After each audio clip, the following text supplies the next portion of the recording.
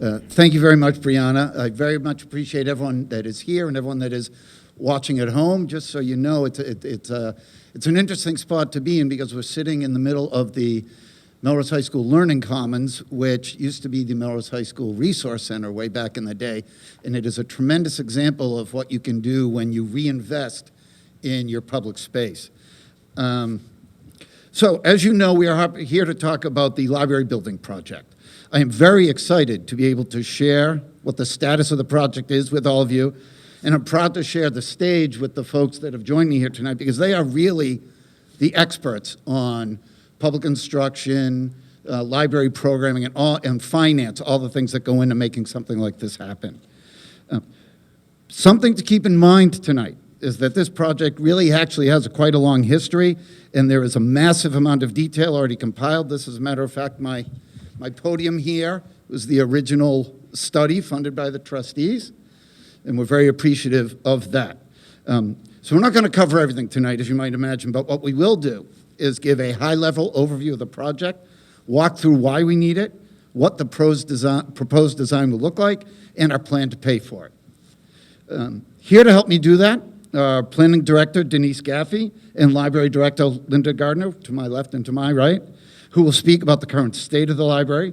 Charlie Hay from Tapeus Architects will go over the design proposal, and Pat Sayata, the owner's project manager, basically our person on the job from the Municipal Building Committee, who can answer questions about timeline and staying on budget. Margot Fleischman, our Director of Strategic Initiatives, and Patrick Della Russo, our CFO and City Auditor, will both cover the details of the financial piece. And I'm particularly excited to have here Lauren Starr, at least remotely. She is with the Massachusetts Board of Library Commissioners, and she is joining us remotely to answer any questions that folks may have about the grant itself, the state portion of the funding for the project.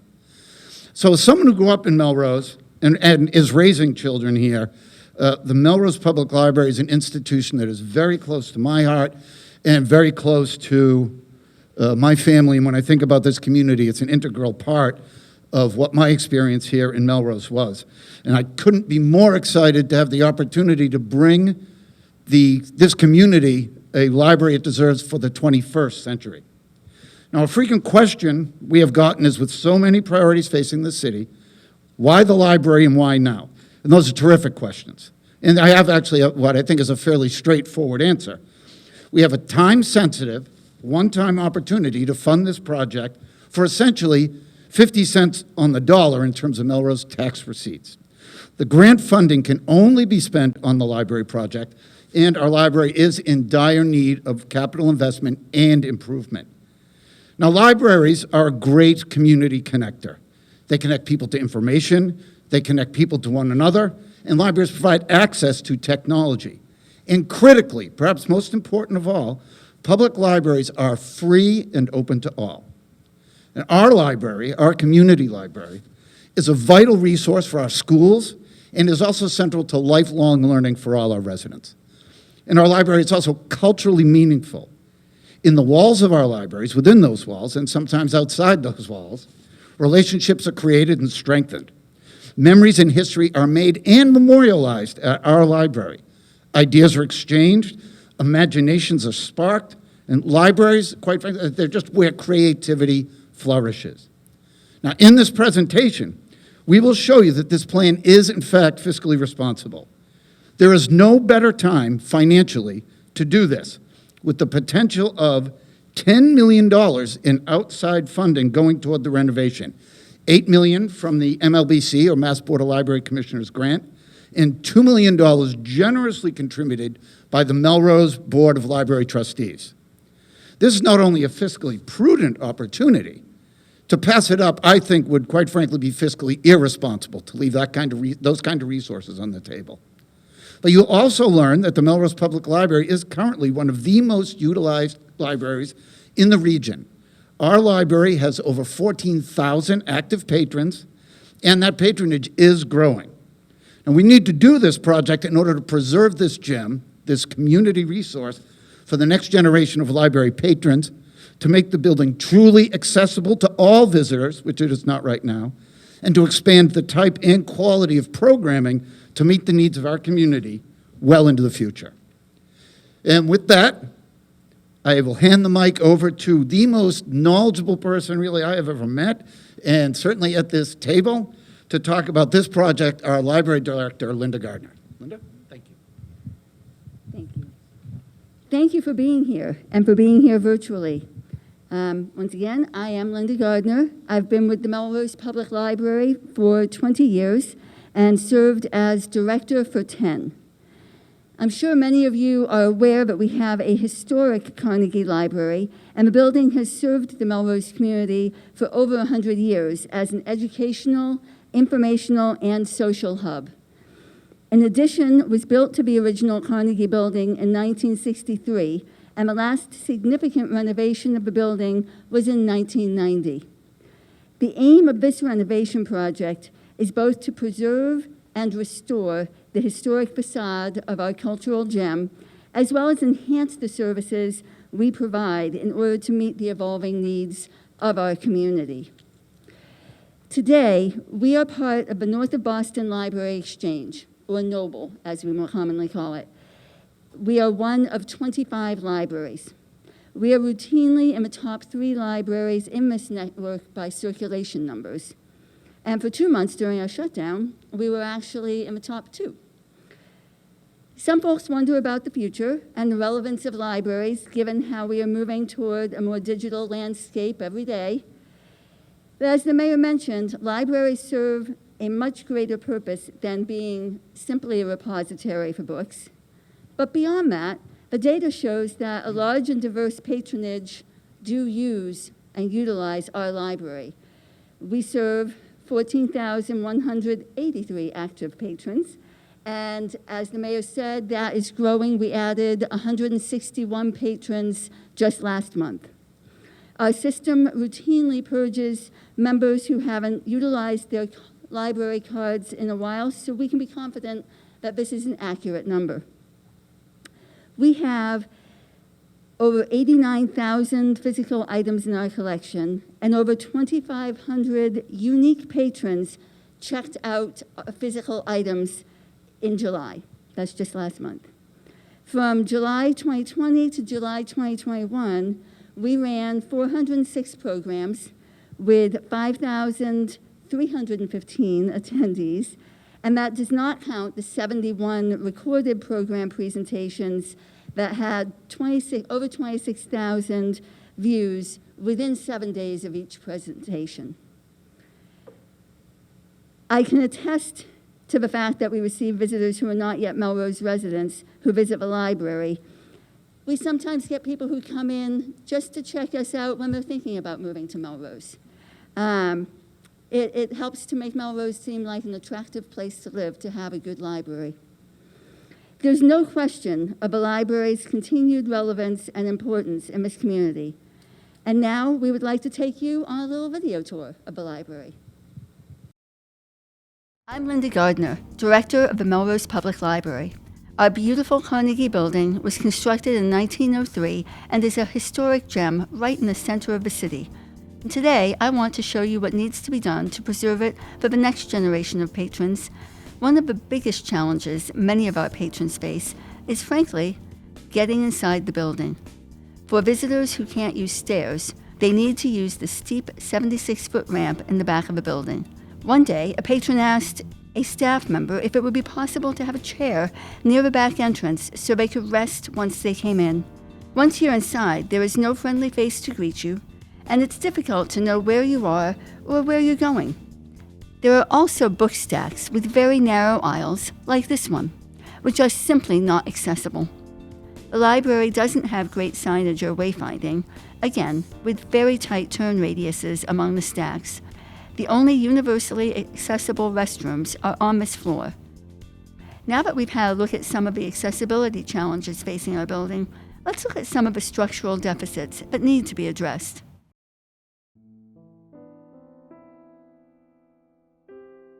The building suffers from leaks throughout because the roof needs to be replaced. Here is one of the more creative solutions our dedicated custodian has come up with to address this issue. Over the years, we have patched and repaired the roof many times, and these problems are not a result of neglect. The roof has simply reached the end of its life and needs to be replaced. Now, let's take a look way behind the scenes. This is our electrical room after a rainstorm. I don't think I need to say much more. This upper lobby is one of my favorite areas of the original building, but as you can see, we have had to block off a section of this room due to a new leak that was discovered recently.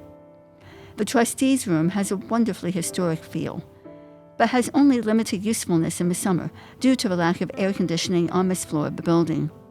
As you saw in the upper lobby, we have new leaks in the aging roof. Unfortunately, this has impacted our local history room as well. Our local history librarian thankfully discovered the leak, and we worked to prevent more damage than had already been done. We are proud of the material that we have for local history and look forward to moving it to a space on the main floor where it is safer and where our patrons can have more effective access to their history.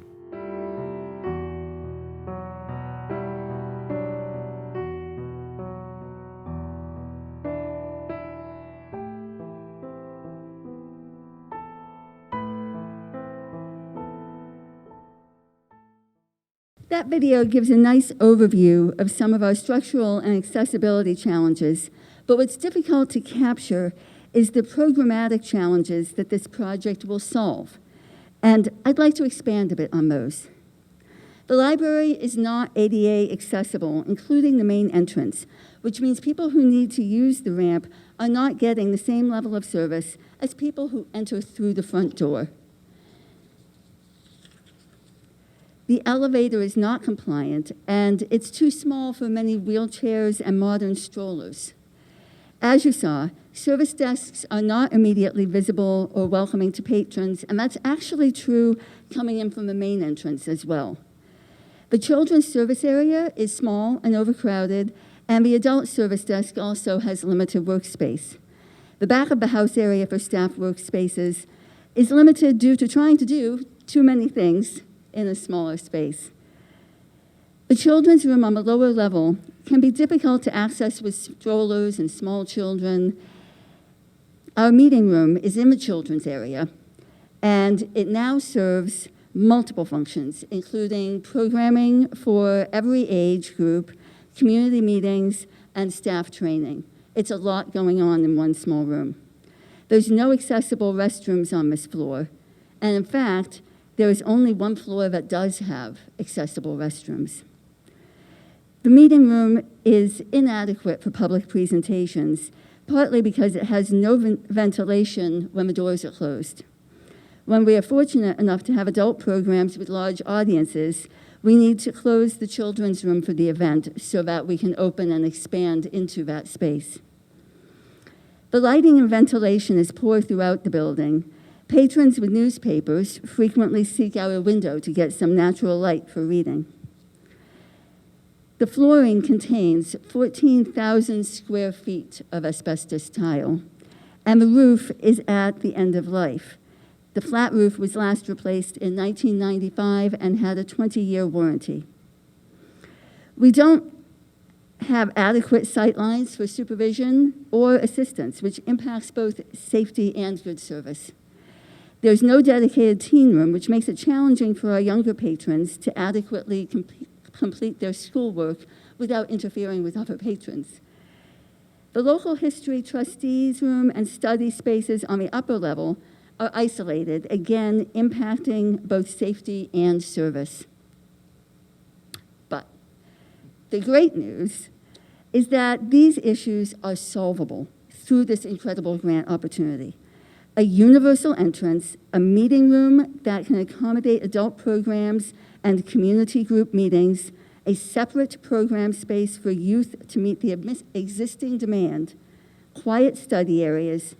These are just a few of the ways that this project can really move us forward in our services, as well as making vital improvements to the building. This project will be both historic and transformative. It will build our capacity to meet the needs of more people of all ages, interests, and abilities, not just now, but for decades to come.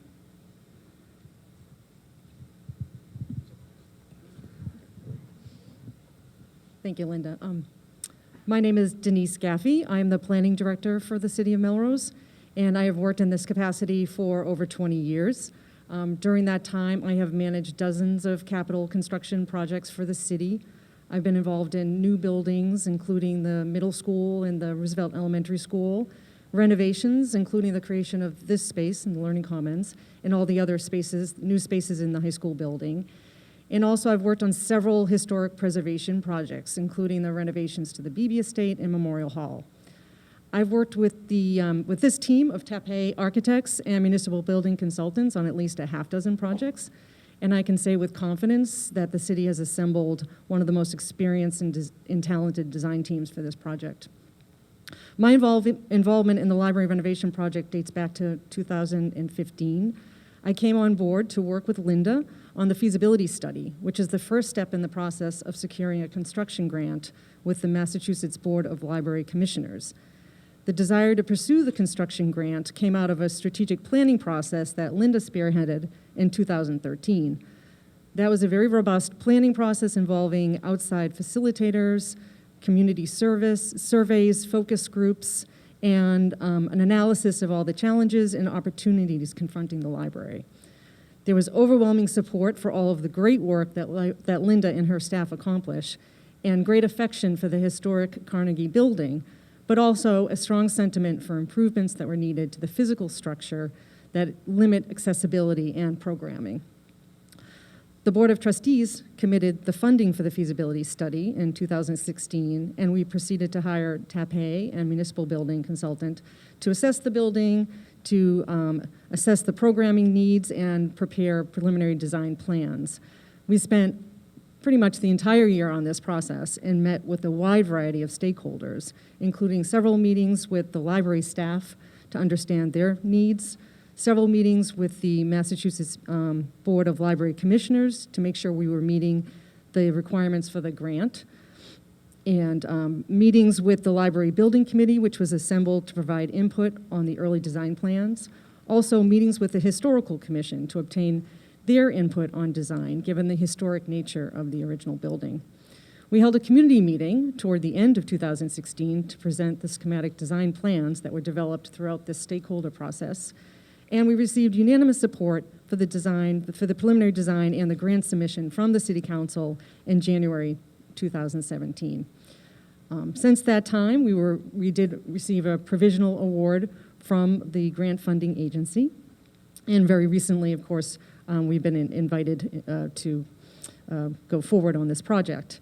I also just want to briefly mention, and we're going to talk a little bit further about this later in the presentation, that where this project fits in within our capital improvement plan, because as the mayor mentioned and several members of the community have mentioned, it's very important to see how this fits in with the context of all of our capital needs. But we, the planning department, oversees a capital improvement program, and as recently as 2019, we reviewed all of the different capital needs that were submitted to us from all the department heads throughout the city. And this project ranked very highly as a priority group A project, which is essentially an urgent high priority project that should be funded as soon as possible. So we'll speak a little bit further about that later in the presentation. And with that, I'm going to turn it back over to Linda. I'm going to intercept for 1 second to note that, this is being live streamed and recorded, so folks can view it later. I know that there are electeds watching at home. I don't know who they are, but I want to point out that Ward 1 Councilor Tramontosi is here. Very grateful for his presence here today and his service on the Capital Improvement Committee that vetted all the projects that went into the report that was issued in 2019. Right over there. So the grant that we've been provisionally awarded only comes around every so often and is available to libraries that meet state certification requirements, which we do.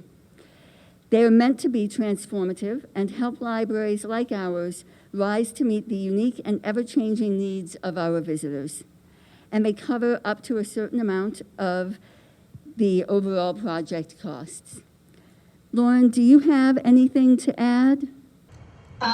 So what I would say in addition is that I would reemphasize that The grant cycle is irregular. It is not on a fixed schedule, and we are in a situation right now at the MBLC where we basically have a very long waiting list. I'm sure you're aware that you have waited quite a while for the funding, and there are still 14 more projects waiting for funding after Melrose. So we don't know when the next grant round is going to be. We think it will be in 5 to 6 years, but we can't say.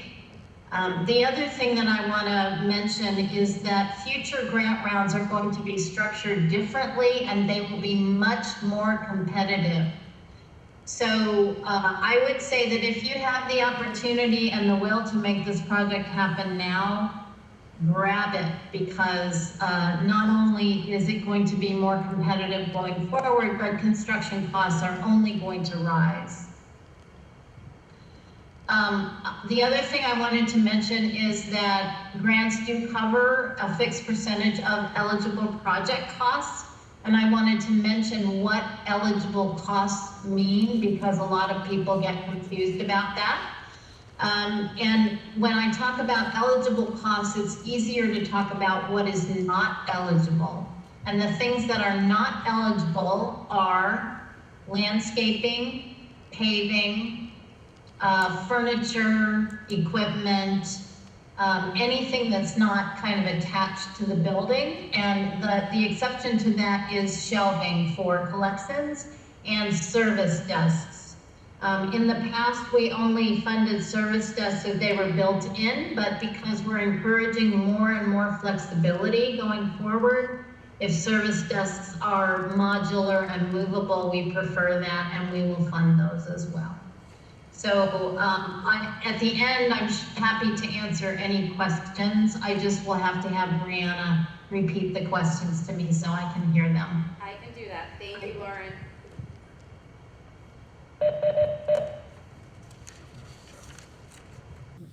And now it is now my pleasure to introduce someone that is known to some of us because he and his firm have a tremendous amount of experience right here in Melrose with a number of building construction projects, and that is Charlie Hay of Tappay. Sorry about that. Yes, thank you, Mr. Mayor. Charlie Hay from Tappay Architects in Boston, and we are a firm that specializes in public construction, most particularly schools and libraries. And I'm delighted to be here. I'm going to do something that no one else has done. I'm going to stand up, which is sort of a revolutionary act, I realize, but it allows me to see the slides and allows me to kind of point and move around a little bit, which I'm happy to do. I'm going to go through a lot of slides quickly here, so forgive me for that, but I think that the opening remarks have really covered a lot of the key points of this project, but I will sort of introduce you at least quickly to the sort of design concept. But the process to date is important. There's been a lot of work done on this project already, and as you have heard in terms of the history of it, but the library really developed that space program back in 2015, and the feasibility study was really completed in 2016 and ultimately submitted in 2017. So that was quite a while ago, and there was, as you've heard, a lot of energy was put into that. And that included the staff interviews, the refinement of the space program that was developed by the library, looking at alternatives. So the option that was selected was based on vetting a number of choices. And the choice that was selected was seen as far superior to any of the other options that were on the table. We looked at a simple renovation of the library, historic library in addition, but it wouldn't meet the program requirements that were set out by the city, and ultimately would not have been a fundable project by MBLC. We looked at adding a floor on top of the existing addition, which is really would be technically extremely challenging, extremely expensive, and incredibly disruptive, and probably had a cost in excess of what taking the current addition down and replacing it. And then, of course, we settled on the idea of replacing the existing addition with a new 3-story addition instead of the current 2-story addition, which is the most efficient option that was on the table and the most cost-effective. These options were reviewed multiple times with the MBLC and, of course, with the library. The preferred option came closest to satisfying the requirements that were settled on by the library at 31,000 square feet, although the program has been reduced somewhat.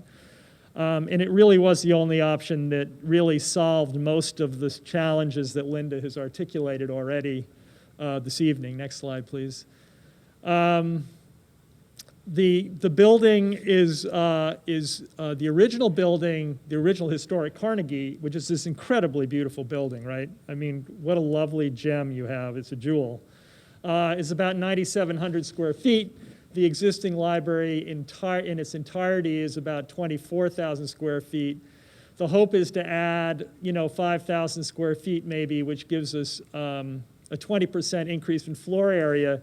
But fundamentally, as you'll see, this addition turns this building into a fully accessible building, allows the library to reorganize itself to solve these concerns that they have now that are both operational and to do with patron services and patron experience. So the project is a complete, the project really is a complete renovation of the existing historic building, both exterior and interior, and it is construction of a new 3-story wing. It allows the library to relocate children's services out of the basement, that's an impolite way of putting it, the lowest level, and put it on the second floor. It allows us to have a dedicated meeting room on the lower level that is actually for both library functions and for city functions that's dedicated. It's not shared with children's, it's its own room.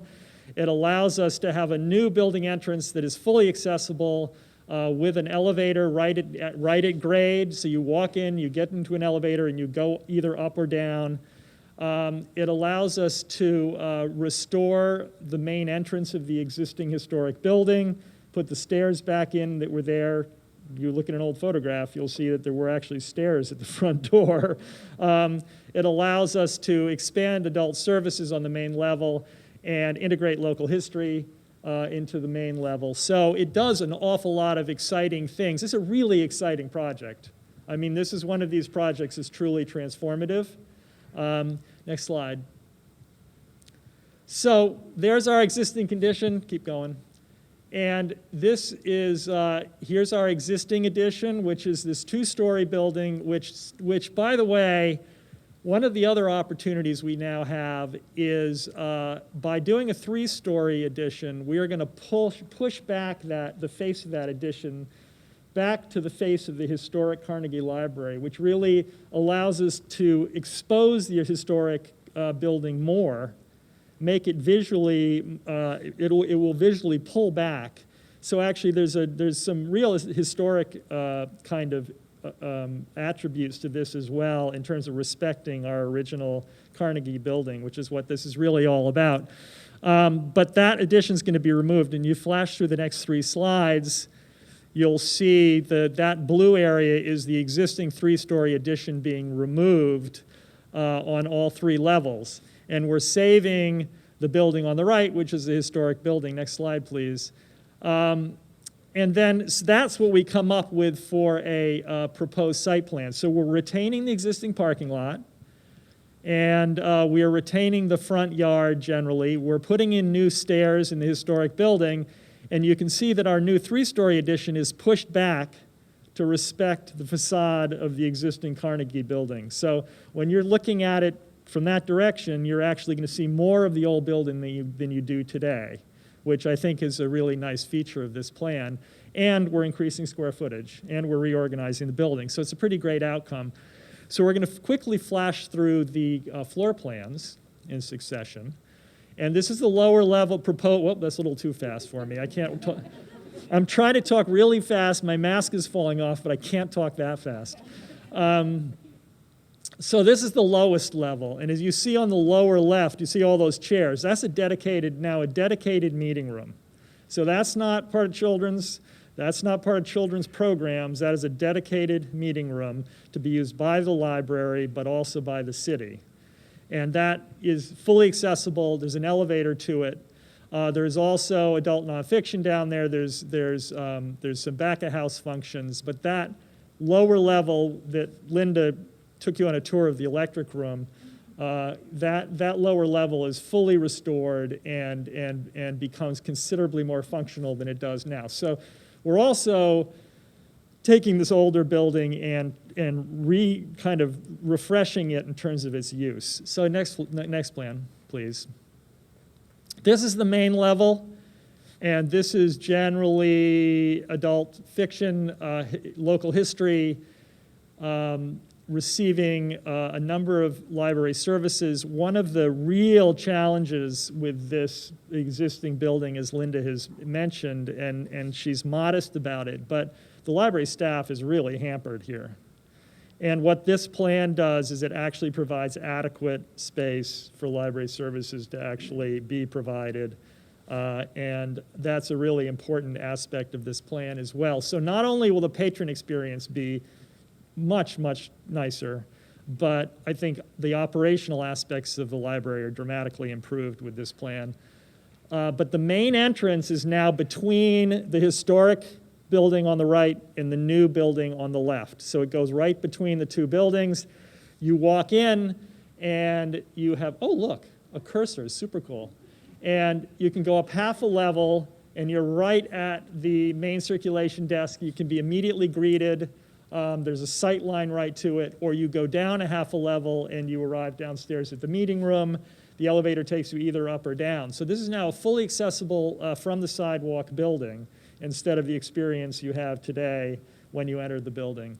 And then the top floor, you arrive upstairs and on your left is the entire children's area. So that is a dramatically expanded children's department for the library, full of light, bay windows, a lot of room, and it has its own, that upper right room, there you go, good.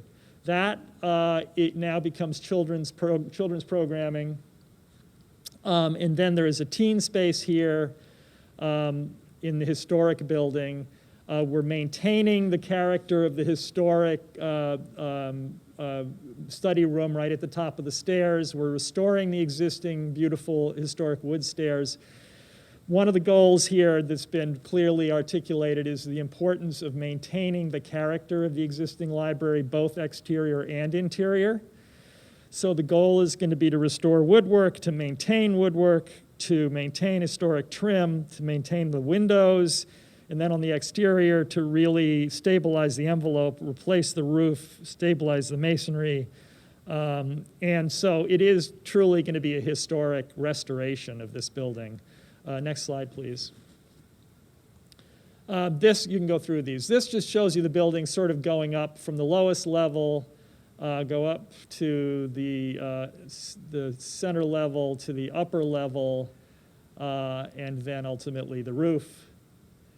And you can see that the addition, which is to the left of the existing building, is now in the same plane as the existing building, and there is in fact a kind of jog in the middle there that allows us to now see the corner of the historic Carnegie Library. Next slide, please. And there's there's the new doors now there. No, next slide. I'm sorry. There's the existing condition. Next slide. And there is a conceptual view of the proposed condition, and you can see that it is set back now, that the entrance is set back a little bit from behind the existing building. Next slide. And then this is an important view because on the right, that little picture shows you what you see when you enter. So you now enter a lobby where there's a clear elevator that's fully compliant with all accessibility codes. And you have a half a flight up of stairs where you arrive directly at the circulation desk when you get up there. So you are greeted, there are good sight lines, there's supervision out in terms of the entry, there's a way to greet patrons, and then you can go up from there. You're oriented because the main stair is right there. So it completely reconfigures the experience of any visitor. And it really helps with supervision, and it really helps with that experience for both the staff and visitors. Go on. Next, please. There's that same view. Next slide, please. And that's a view from the parking lot. And again, you can see that this is set back so it sort of aligns with the existing building. Next slide, please.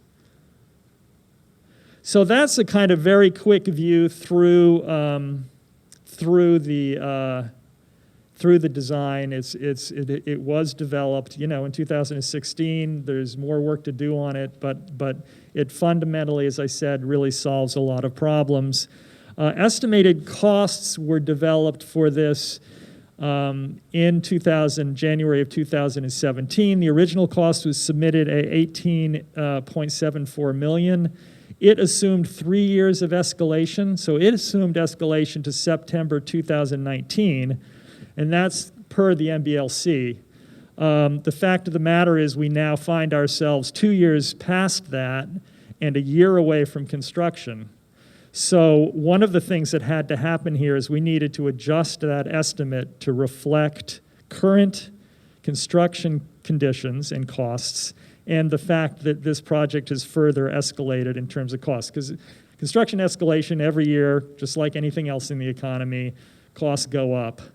So there has been an adjustment to this budget to get to $21.1 million, and that is really reflective both of 3 more years of escalation and volatility around the construction bidding market right now. So this really has been vetted for current costs, and a fairly comprehensive process went into that. And ultimately, these costs are developed by a professional cost estimator who's really the best in the business, who has extensive data on public construction in Massachusetts, and does a very detailed and very comprehensive cost estimate.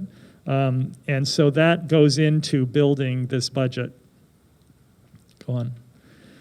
And then the proposed timeline for this project, if the city elects to proceed, the idea is that it would be funding would be approved this fall. Design and construction documents would begin in this fall, and they would go through next spring sometime.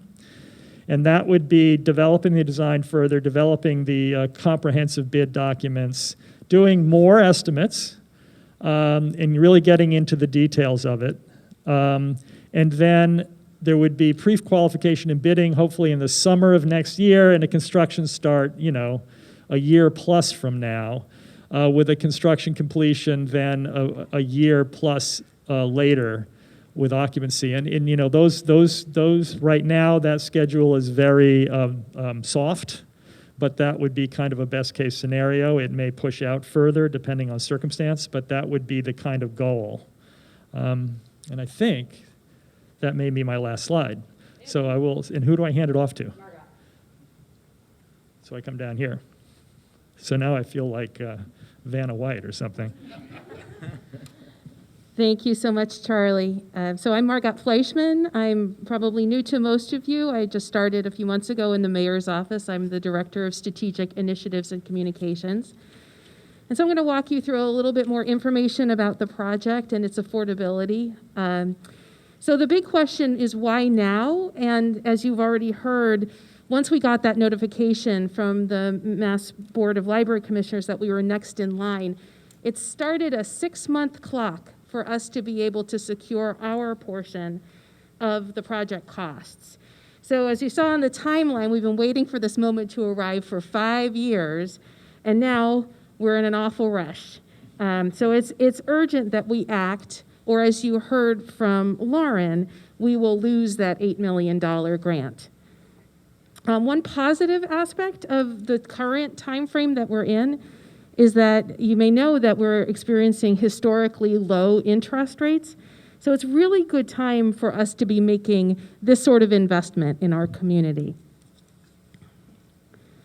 So it is really exciting that the city has this opportunity to do this project with 49% of the funding coming from outside sources.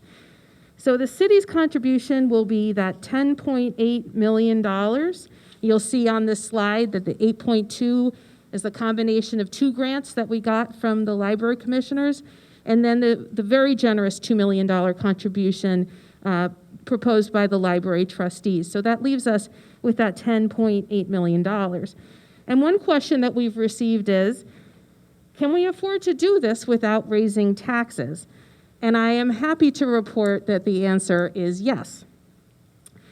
Luckily, we don't have to find that much money all at once. Instead, we'll ask the City Council to authorize a bond for the project so that the cost will be spread out over 30 years. This means that Melrosians of the future will pay for a portion of this library in addition to the Melrosians of the present. So what is bonding? So the quick answer is it's just a kind of way of borrowing money. Bonding is a little bit like a loan or a mortgage, and it's a normal way that we pay for municipal expenses every year. So we borrow for projects, we plan for those expenses in advance to make sure that we can afford to pay the yearly amounts within our existing budget.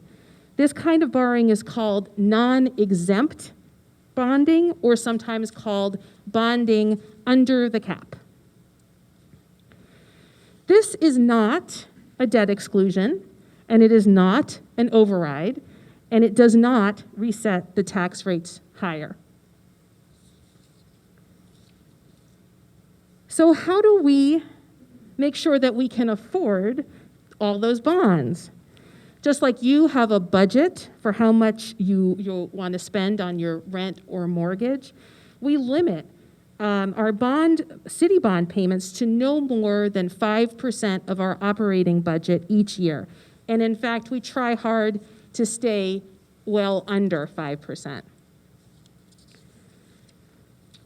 So this graphic just shows you the fiscal year 22 budget, and that little dark red sliver at the top is our annual bond payment at just about 3%. So for every dollar that we spend, only 3 cents will go to paying our existing debts this year. The rest of the money goes to fund our city and schools' operating budget. Borrowing like this and staying below the 5% limit helps us maintain our very strong municipal bond rating, which is kind of like a credit score. It shows that we invest responsibly in the community and gives us access to very low interest rates when we do borrow. So this chart shows that our non-exempt debt payments are coming down, even if we add on other projects beyond what we've already borrowed for. And in fact, we will pay off 80% of our existing and planned debt within the next 10 years. So in this slide, the dark purple represents our existing debt, and the lighter purple represents the planned projects. Our debt model already includes the library, the BB school, the fire department's ladder truck, the improvements to the Memorial Hall building envelope, road improvements, and future costs associated with the vocational technical school. So these are all the ones shown in light pink, and you can see that that graph is going down. When we look at how much we could borrow within that 5% limit, this graph shows that we have growing capacity to borrow even if we do the library and all of those other projects. Again, the dark and light pink bars show our existing and planned debt payments coming down, and the green is the amount that we could borrow and still stay within our 5% of operating budget limit. Of course, just like you don't want your kid to spend their maxing out their credit cards, we likely won't ever all go all the way to 5%, but this shows you how much could be available to us. So in conclusion, thanks to thoughtful financial planning, we are able to borrow within our means for our portion of the library project. Taxes will not go up because of this project, and we have room within our budget to pay for the library and other important capital needs. So at this time, we have a bunch of frequently asked questions that have come up either through talking with people in the community. Linda has been attending the farmers market most Thursdays when it's not raining. We've been taking people on tours of the library, and we also set up a way for people to be able to submit questions in advance. And so these are some themes that we heard in those questions that we received. So the first question is, can we scale back the project? So who's answering this question? So can we scale back the project? The simple answer is no. As mentioned earlier by Lauren, we do the project that we proposed, that the MBLC granted their approval of our application based on that project, and they're feeling that our project is appropriate for the community. So if we do not do the full project, we will not be meeting all of the infrastructure, programmatic, and accessibility needs that we have. So we are required for the grant to meet the obligation that we put forth when we applied for the grant. So the next question is, could we just bring it up to code or make it ADA compliant or remove the asbestos? I'll pass this over to Denise. No, similar to what Linda was just saying, we really can't just do certain aspects of this project without meeting all of the requirements of the grant program, or we would forfeit the grant. So the answer is no. So I think I'm next, correct? A question we've gotten a lot, and a question that we've gotten a lot over the years, since before my time as mayor, before my time as state rep, and really before my time on the city council, is what about the public safety buildings? And that is a 100% valid question. A couple of things I would want to say about that. First of all, we can still do them. This is not an either or. Quite frankly, we are not at a place where we're as ready to do that as we're ready to do this. This is, as we've talked about, this is a unique time for us in that this project, which is also a top 10, the library project also being a top 10 capital need under the CIP, we're having again the opportunity to shift almost 50% of that cost if we act now. If we don't, then we lose that money essentially forever, because a decade in the life of this building, given its condition right now, is forever, quite frankly.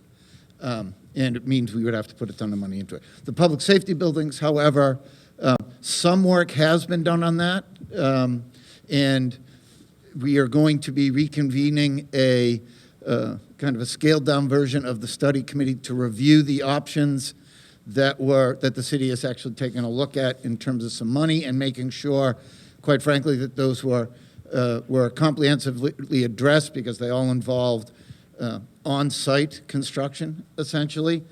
So we got a lot more work to do there. And what you'll see if you take a look at the CIP is the expense to do all the public safety buildings is not something, regardless of whether or not we do the library, is something we could fit within our existing financial models. We absolutely would have to go for a debt exclusion to make those improvements happen. I will say this, they are necessary, and we will continue to pursue them, but the timeline, again, is a little bit different, and we are going to be seeking at a point where we have this level of sophistication with finance to make a proposal to the community that, quite frankly, will probably be several years away, about how to finally move forward on those projects.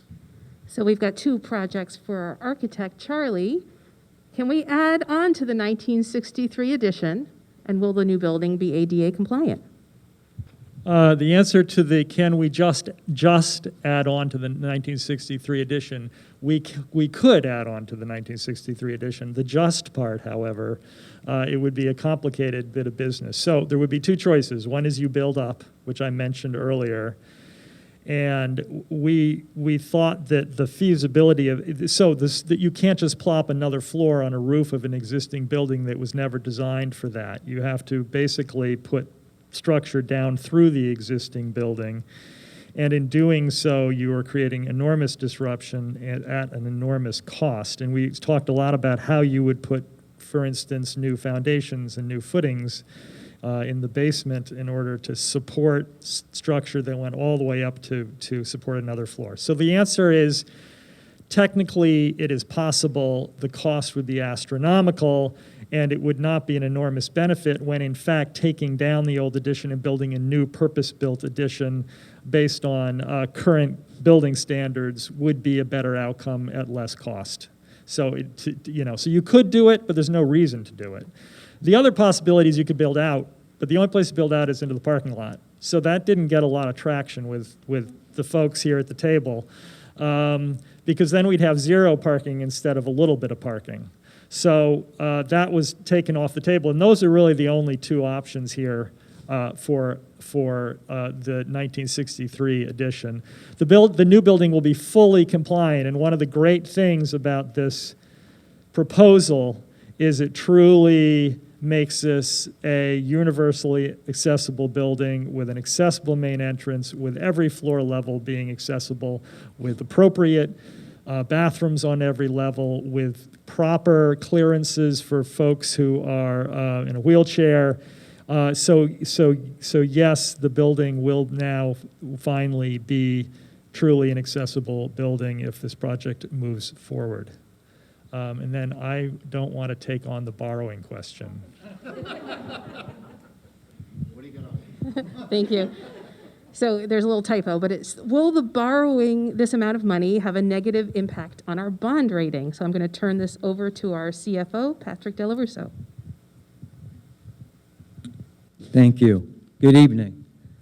My name is Patrick Delarusso, and under the direction of Mayor Paul Broda, I serve the city as the Chief Financial Officer and the City Auditor. In this role, I am required to provide financial guidance and direction for the City Council, the School Committee, and all departments of the city. First and foremost, however, I am ultimately responsible to safeguard the assets of this community.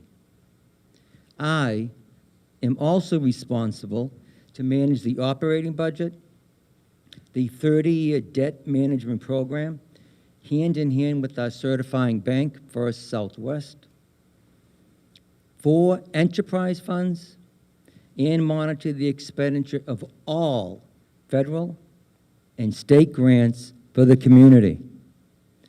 I have done so for this city for 22 of the almost 29 years of my career, and therefore can speak to this topic with clarity and depth. It matters. I was there early on, early 90s, and I developed this 30-year debt management program with our First Southwest. That's how long ago this has been in place. It's not an overnight sensation. This evening, I would like to share with you my unique perspective on the affordability of the library renovation project, and more specifically, the debt capacity of the city to absorb its cost.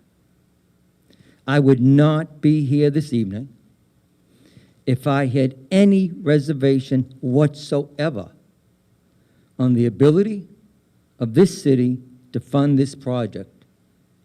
Let me be clear, I don't. The funding of this project has been in the 30-year debt management program, 30 years, for over 5 years. It's been in our capital improvement program. And it's not new news to our financial portfolio. We have planned for this. Should this project be approved, first and foremost, we will still be under the 5% non-exempt general fund cap of the city, which we have established as part of the 30-year debt management program, which simply means we do not apply more than 5% of available budgetary revenues in any given year, now and 30 years down the road, for debt service cost in our budgets. We always apply at a minimum 95% of all budgetary revenues to support the city and school departments' operating budgets, as you heard earlier this evening. We don't overextend ourselves, and we don't live on the credit card. Secondly, we still maintain the ability to bond under our cap for further capital improvement projects found in the city's capital improvement plan as they come forth. I think that was part of the slides that Margot showed you earlier. And third, my favorite topic, it's important to note that the City of Melrose maintains and has done so for 8 years, one of the highest bond ratings available, a AA+ from Standard & Poor's rating agency. This is noteworthy. Our most recent bond rating review was done less than a year ago, on September 15th, 2020. It's all public information. It's a document we all should be extremely proud of, and anyone at any time can view it and comment. Feel free. In it, Standard & Poor's writes, in part, the city has a strong debt and contingent liability profile. Overall net debt is low, and just under 80%, I'm going to repeat that, just under 80% of the city's direct debt is scheduled to be repaid within 10 years, which are all positive credit factors in their view. That was done by design. When we established this program, it's always been our objective that 75 to 80% of all the debt that we put forward to the City Council, the Board of Aldermen, and today and yesterday, that it'll be paid up within 10 years on the principal. That's fantastic. I challenge any other community to meet that goal. We have, year after year after year. Most importantly, though, for us this evening, at the time of this review, the City of Melrose had advised Standard & Poor's of our intention to request funding for the library project, as well as the renovation of the BB School, the renovation of Memorial Hall, and the acquisition of a new fire department ladder truck. After considering all these possible capital purchases, they opined, we do not expect these issuances to materially alter our view of the city's debt profile. I share their qualified opinion on the city's financial ability to accept this obligation. Again, I very much appreciate the opportunity to be here this evening, and I can answer any questions if you so desire. Thank you. Thank you so much, Patrick. I'm going to pass it over to Denise because Patrick also mentioned our capital improvement plan. And so one of the other questions we've received is, where are we with those very high priorities that are listed in Group A of our 2019 capital improvement plan? Thank you. And I'm actually the chair of the Capital Improvement Program Committee. And we most recently met in 2019. We prepare a 5-year outlook of capital needs throughout, citywide, municipal and schools.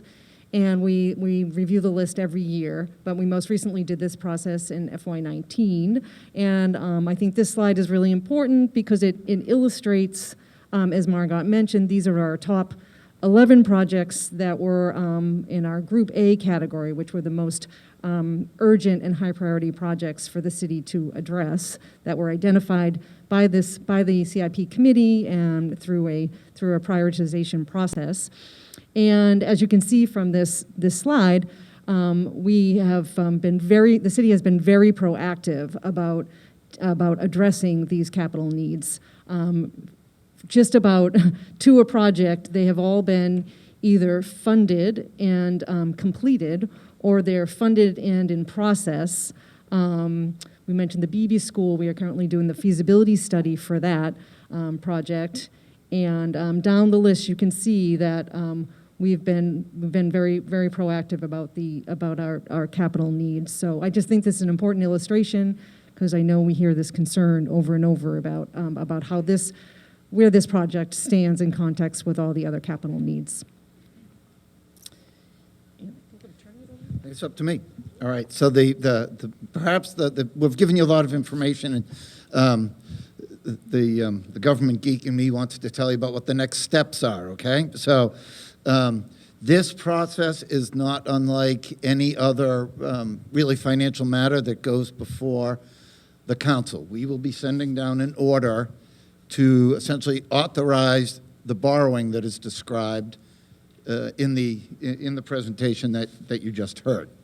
It is then up to the city council to debate and deliberate and consider whether or not they want to go forward. Again, the same thing with the city budget, the same voting requirement, meaning we need 8 city councilors to vote yes. If 8 city councilors or more vote yes, then we will go forward. Then we will be able to go out to the market, issue the bond, get the money, and start the process that Charlie described so well. Move on to the next step. And you saw what the timeline would look like, and that we do need to find a way to keep library service running. Linda can probably talk a little bit more about what that entails.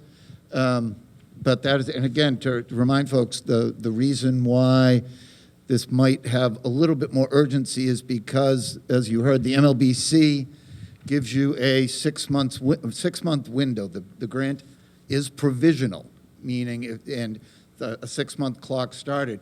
If we don't move forward with funding within those 6 weeks, we lose that grant, and we really don't have another realistic opportunity for it in the foreseeable future. So that's the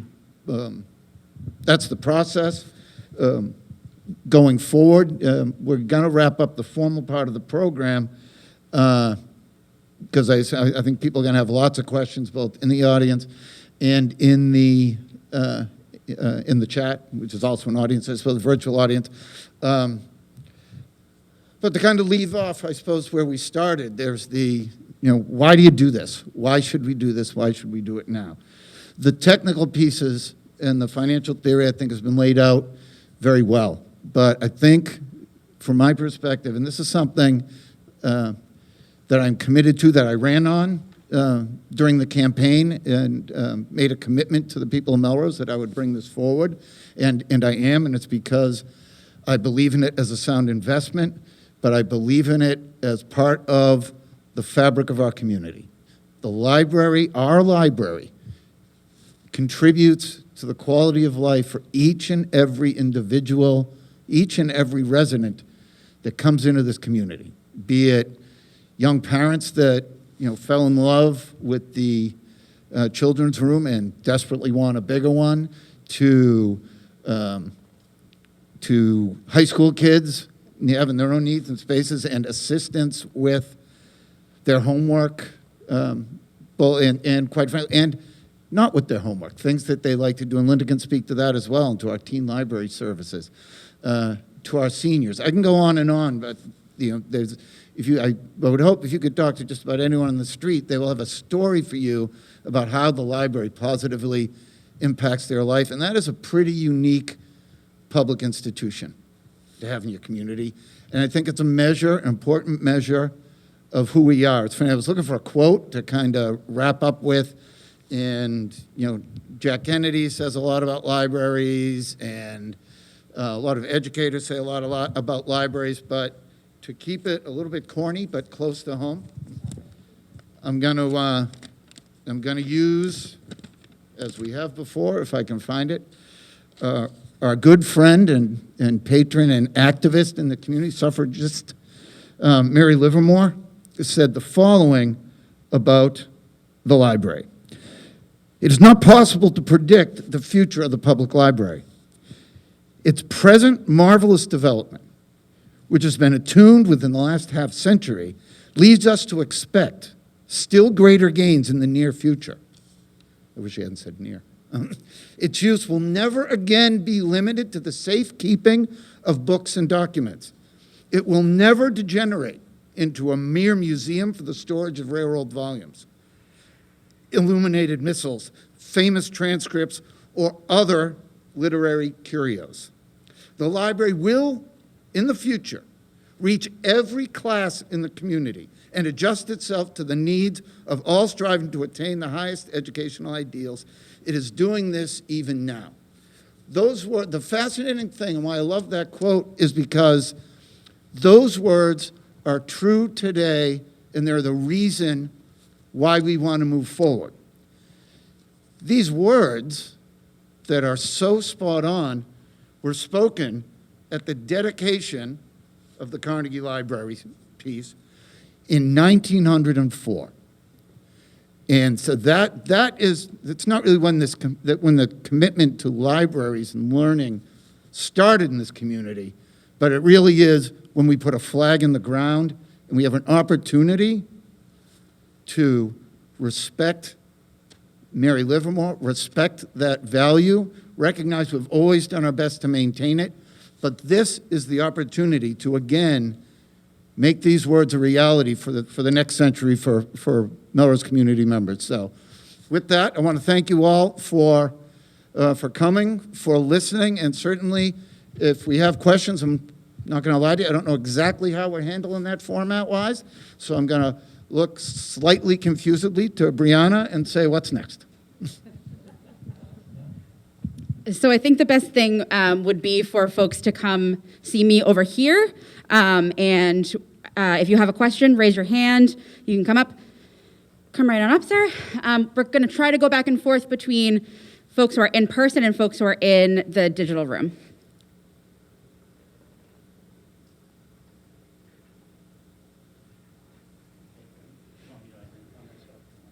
You can do so, sure.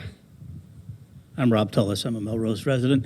Let me just say at the start, I'm a proponent. I'm an advocate of this project, just so you know where I'm coming from. I got a bunch of quick questions. Quick clarity on the grant timeline. I've heard that we were first in line. That means we've got it if it's ours if we act within 6 months, right? Yeah. Okay, good. And the numbers of 8 million and 10 million were tossed around. 8 million is the grant, 2 million is the donation by the trustees. Okay, got it. What architectural phase is TAPE in? Are you at the end of SD, DD? We're in schematic design. You're in schematic design, okay. Because the development of the drawings obviously affects the quality of the cost estimate, and these things tend to get more expensive as more details go on to the drawings. And I know this is a public project, and therefore there's all sorts of bidding rules.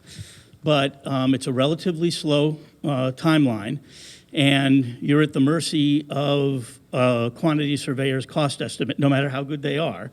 Has there been any talk, is there any methodology by which you could involve a construction manager in the project and get a commitment up front that they will do the project for X dollars and deliver it in Y days?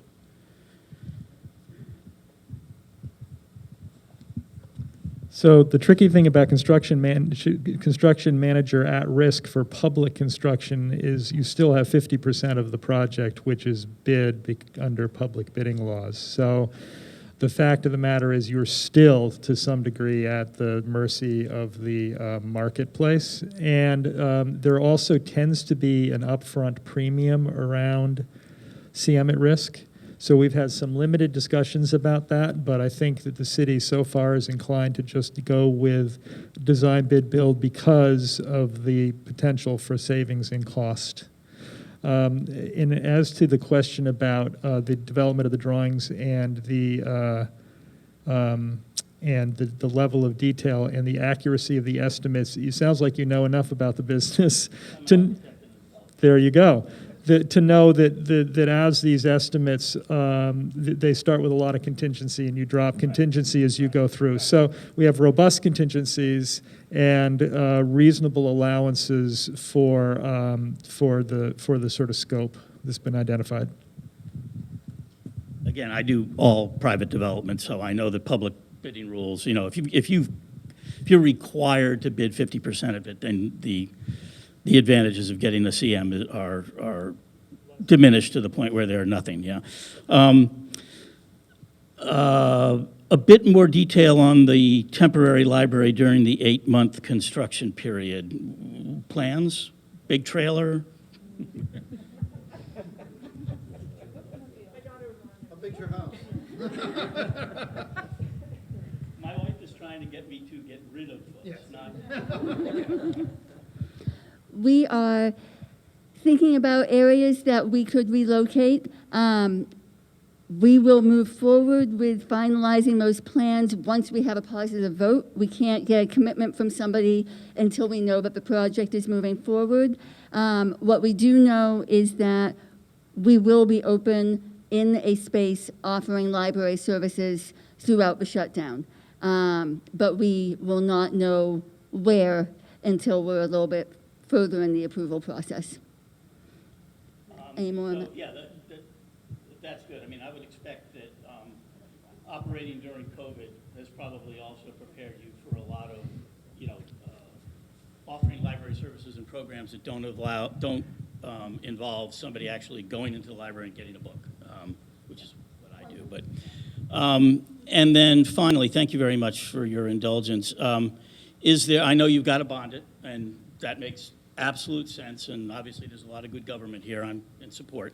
But is there any public fundraising planned in addition to or before bonding? There might be some junior Carnegies out there lurking around Melrose. Thank you. So let me be clear.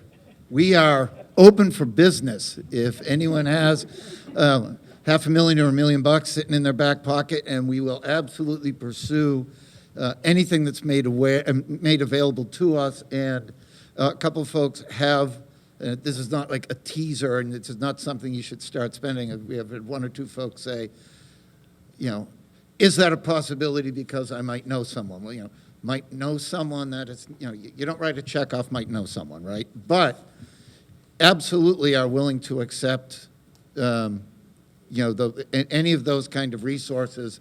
And I am not optimistic that we will have an opportunity to raise game-changing funds, but both the Friends and the trustees are, quite frankly, always actively fundraising. And just to kind of quickly plug for our friends and our friends that are formerly members of the Friends of the Melrose Public Library, they have a routine program that, no disrespect intended, that are intended to address, smaller needs around programming, low-level equipment, some purchases and things like that. But absolutely open to the possibility of any kind of substantial private support. Want to add something? Thank you, Mayor. Just a note that we hadn't really touched on this evening, the American Recovery Plan Act. The city in total is to receive $8.4 million. We actually got our first distribution this week, which is half of that. We will pursue, if it's approved by the City Council, the ability to see if we can utilize any of those funds, particularly for HVAC and related ventilation systems, to pay towards this project. So we intend thoroughly to go through and exhaust that list because it's a federal program, it's a federal grant. The options are really quite intense, much more than I've ever seen in the past for the use of the funds. So it's our objective here that if in fact that does materialize, we will absolutely pursue that avenue to reduce the cost to the taxpayer. Online one? Nope, the floor is all yours. There's no one in the digital room. Coming up. All right, so just remember to keep talking into the mic. Yes, hello, Mike. Hi, my name is Dennis Geller. I was a member of the Board of Trustees of the Brookline Public Library for 20 years during our $16 million renovation. I was chairman of the board for 2 years, and I live within a block of this library, so you know I'm very supportive of this project. I've spent some time, not enough, reading through the proposal. It's a lovely proposal, and this was a great presentation. And I just have a few questions, really because I don't have the PowerPoint in front of me and I can't see it. The architect mentioned start of construction in fall and construction ended the following fall. The mayor's next steps slide mentioned 18 months for construction, and I think I just heard 9 months mentioned briefly. So I'm just curious, what is the actual construction timeline? Who would like to take that? That's a hot potato. So forgive us for some inconsistencies there. It's obviously the timeline at the moment is fungible. We're not in a place yet where it's fully defined. I think that it has a lot to do with when the project is approved. It then has a lot to do with when the architect becomes mobilized and starts on the documents, et cetera. We think that approximately a year is a reasonable construction schedule. However, that needs to be more fully vetted with the team. I think that the 18 months was in the grant application, so that's consistent with the grant application. The 12 months was our more aggressive suggestion. I imagine we may perhaps fall somewhere in between, so that's going to get developed as we go forward. And then, of course, as everyone knows, including you from your project in Brookline, construction has this funny way of taking longer than you might expect it to. So we're not entirely sure yet, but something in that range seems very reasonable. Secondly, and also I'm sure a minor question, you showed a slide of the proposed front of the library. I did not see a ramp in that picture. Will there be a ramp? It did not look like the whole thing was at level. I mean, people will come in, but the first floor is half a floor up, so people who are disabled will have to use the elevator to get. Okay, fine. And finally, and this is you may recognize that this is not a stupid question. Will the third floor, which looks to be significantly devoted to meeting space, be able to support the weight of books if in the future it is redesigned to be a book space? I know of, I believe, 2 libraries where they built a new floor and did not take books weight into account. So that would make the design more flexible in the future. So I was just wondering if that's part of the space plan. Any aspect of the new construction will absolutely accommodate any kind of loading. The existing Carnegie, the plan right now does not have a heavy load of book stacks on the 3rd floor. It's a teen room, it is administrative offices, and it's a very nice, quiet study space. And that in part is, the intention there in part is to retain the historic character of that 3rd floor, which is quite lovely, and not suddenly fill it up with stacks, so. Anyone else have questions? Going once, going twice? Did I see a hand? No, okay. I just wanted to say to the gentleman's point about not being able to read the slides, that we will put the slides up on the website. And the nice thing there is that you can actually zoom in and enlarge all of the floor plans and really see it in much greater detail. So look for that probably first thing tomorrow morning. We'll have all of these slides available for people. And please do share that information with people if there was somebody who was unable to attend this evening and would like to see the presentation. It will all be available. For those who prefer to look at paper, we are a library. We do have the plans in paper on a slightly bigger format. So you're welcome to come by and look at them at the library as well. First, I actually have one final question. we'll see if it's one and it's final. Just one.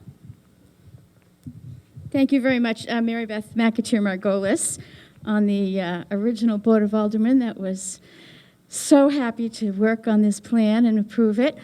What you folks have done a fabulous job presenting this, advocating for this. Tepe, Petsieta, Denise, what can we do as the public to help you get this over the goal line? That's all. Easy question. Terrific question, and it is. It's pretty simple, really. You know, we live in a democracy, and we have elected officials that are now the deciders, right? And they are in whatever way you feel is appropriate. It is certainly appropriate to communicate to your city councilor. Quite frankly, if you think it's a terrible idea, well, don't talk to him. But if you think it's a great idea, let him know, and let him or her know, and tell them why. For some folks, I suspect they'll be attracted to the fact that this is a good investment. For some folks, they will see it as a real value for their family. For some folks, it will be about the accessibility and making sure it's a facility that the entire community can enjoy. Some of the reasons why folks get involved with these kinds of things are very personal. If you're inclined to reach out, I think it is very appropriate to share that passion, to share that, why you care about the library and why you think it's a good investment. It's very easy to find contact information for the counselors on the city website. And look, they're all great people, and they're all used to hearing from folks. Always be respectful. That's just, for someone who's been doing this a long time, I can tell you that really, really, really, really helps. And I believe we have some way, like a sign up, like an email sign up, so that if you want to kind of follow along as the process moves forward, what are key dates, what are things you should do. I will impose upon Brianna to tell you about exactly how that works. So if you go to the City of Melrose website, right on the front page, you'll see City News and Updates. You can click to subscribe to updates and make sure that you check off Library Building Project. And then you'll get emails about any news or updates that we have about the project. And